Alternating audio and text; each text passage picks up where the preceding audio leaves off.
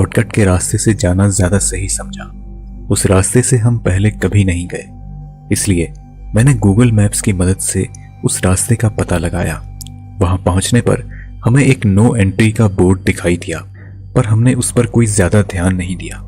मैंने कई बार सुना था कि यह रास्ता छलावे के लिए मशहूर है और शाम के बाद यहाँ पर कोई नहीं आता, मगर हमें पुणे जल्दी पहुंचना था, इसलिए उस वक्त हमें जो सही लगा हमने वही किया। वहां पर एक बूढ़ी औरत हमें दिखाई दी।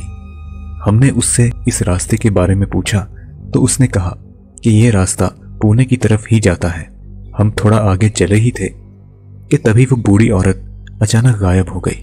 मैंने पापा को जब ये बात बताई तो उन्होंने कहा कि यह मेरा वहम है, पर तभी अचानक मेरे दादाजी को एक काला साया तेजी से हमारी गाड़ी की तरफ बढ़ता हुआ दिखाई दिया, लेकिन उनकी बात पर किसी ने ध्यान नहीं दिया। थोड़ी देर बाद एक आदमी बाइक पर अचानक गन लेकर हमारी गाड़ी के सामने आ खड़ा हुआ। वो काफी गुस्से में था। उसने हमें रोकने की भी कोशिश की। इससे पहले कि वो हमें कुछ कहता, पापा ने तुरंत गाड़ी आगे बढ़ा ली।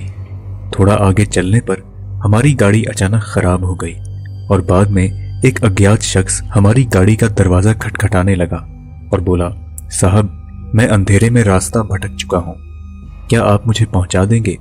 मैं एक कार मैकेनिक हूं, आप चाहें तो मैं आपकी गाड़ी ठीक कर सकता हूं। गाड़ी ठीक करने के बाद पापा ने उसे हमारी गाड़ी की पिछली सीट पर बैठा दिया। रास्ते में वो हमसे कहने लगा, साहब, ये रास्ता छलावे के लिए मशहूर है। यहाँ से रात के वक्त गुजरने पर कई लोगों की मौतें हुई हैं। वो छलावा किसी भी मृत व्यक्ति का रूप लेकर यहाँ से गुजरने वाले लोगों को भटका देता है और बाद में उन्हें मार डालता है। शुक्र है कि आप उस मोटरसाइकिल पर सवार उस आदमी से बच गए। वो एक छलावा ही था। अगर आप कुछ देर और रुकते तो वो आपको मार डालता। रास्ते में थोड़ा हल्का होने के लिए हम सब रुके और जब मैं वापस गाड़ी में बैठने लगा तो मैंने देखा कि उस आदमी की लाश खून से लथपथ हमारी गाड़ी में पड़ी है। मैं जोर से चिल्लाया, लेकिन जब तक मेरे मम्मी पापा आए वो लाश वहां से गायब हो चुकी थी। डर के मारे हम सब गाड़ी में बैठे और वहां से तुरंत भाग निकले। तभी हमने देखा कि रास्ते में एक माइलस्टोन जिसमें लिखा था पुणे 33 किलोमीटर बार बार हमारे रास्ते में आ रहा है। इसलिए मेरी बड़ी बहन कविता ने गाड़ी से उतरकर उस पर एक निशान लगा दिया, पर हमने देखा कि हम घूम घाम कर वापस उसी माइलस्टोन के पास पहुंच जाते हैं। हम कुछ देर के लिए वहीं पर रुके और तभी कुछ ही दूर हमें एक रोशनी दिखाई दी। हमें पता चला कि वो एक चाय की दुकान है। वहां हमने कुछ खा पी लिया। तभी मेरी माँ को एक आइडिया आया। उन्होंने कहा कि छलावा हमारी आंखों को धोखा दे सकता है, लेकिन मोबाइल के कैमरे को नहीं, और उन्होंने मोबाइल से हम सब की फोटो खींची तो जो हमने देखा उससे हम सब के होश उड़ गए। हमने देखा कि उस तस्वीर में चाय की कोई दुकान थी ही नहीं। हम लोग फटाफट वहां से भाग निकले और अपनी गाड़ी के पास वापस आ गए। उतने में मोटर बाइक पर सवार वही गन वाला आदमी हमारे पास आ खड़ा हुआ और गुस्से में बोला, मैंने आपसे मना किया था ना कि इस रास्ते से मत जाओ। मैं एक पुलिस इंस्पेक्टर हूँ, क्या आपने उस रास्ते पर नो एंट्री का बोर्ड नहीं देखा?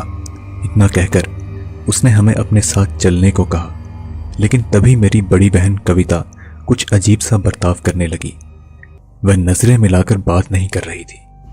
उनकी आंखों में मैंने कुछ शैतानी चीज देखी। इससे पहले कि मैं कुछ कह पाता वो अचानक अंधेरे में गायब हो गई। हम उसे ढूंढने लगे तो उस पुलिस वाले ने हमें गन पॉइंट पर रोक लिया और कहा कि ये छलावे की एक चाल है।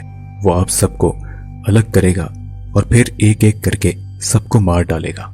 वो कविता नहीं बल्कि उसके रूप में एक छलावा ही था। आप सब मेरे साथ चलिए। लेकिन मेरे दादाजी ने उसकी बात नहीं सुनी और कविता को ढूंढने निकल पड़े। वो पुलिस वाला हमें अपने थाने ले आया। वह बोला, अब आप लोग बिल्कुल सुरक्षित हैं, आपको घबराने की कोई जरूरत नहीं। दरअसल जिस आदमी को आपने लिफ्ट दी थी उसकी मौत आज से 1 हफ्ते पहले एक्सीडेंट में हो चुकी है। यह सुनकर हम लोग बेहद चौंक गए।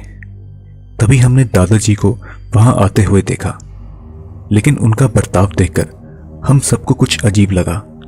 कविता की तरह वह भी हमसे आंखें मिलाकर बात नहीं कर रहे थे। हमने फटाफट दरवाजा बंद कर दिया और मम्मी ने मोबाइल फोन से जब दादाजी की तस्वीर निकाली तो देखा उस तस्वीर में कोई नहीं था। हम तुरंत समझ गए कि अब छलावे ने दादाजी का रूप ले लिया है। उतने में कविता भी हमें ढूंढते हुए हमारे पास आ पहुंची। शुक्र की बात यह थी कि वो बिल्कुल सही सलामत थी। उसने कहा कि जब हम लोग चाय की दुकान से भाग रहे थे तब वह अचानक अंधेरे में रास्ता भटक चुकी थी और किसी तरह हमें ढूंढते हुए हमारे पास आ पहुंची। अगली सुबह उस पुलिस वाले की मदद से हम वहां से निकलने में कामयाब रहे, लेकिन उस माइलस्टोन के पास जहां हमारी गाड़ी खड़ी थी वहां हमें दादाजी की लाश मिली। इस हादसे में मैंने अपने दादाजी को खो दिया। साथ ही साथ जिस पुलिस वाले ने बचने में हमारी मदद की थी उसको बाद में फिर कभी नहीं देखा गया। दोस्तों, आप मेरे इंस्टाग्राम अकाउंट पर मुझे फॉलो कर सकते हैं, जहां पर आप मुझे पर्सनली मैसेज भी कर सकते हैं। आप अपने विचार हमें कमेंट्स के माध्यम से जरूर बताएं। अगर आपको ये वीडियो पसंद आई तो इसे लाइक और शेयर जरूर करें।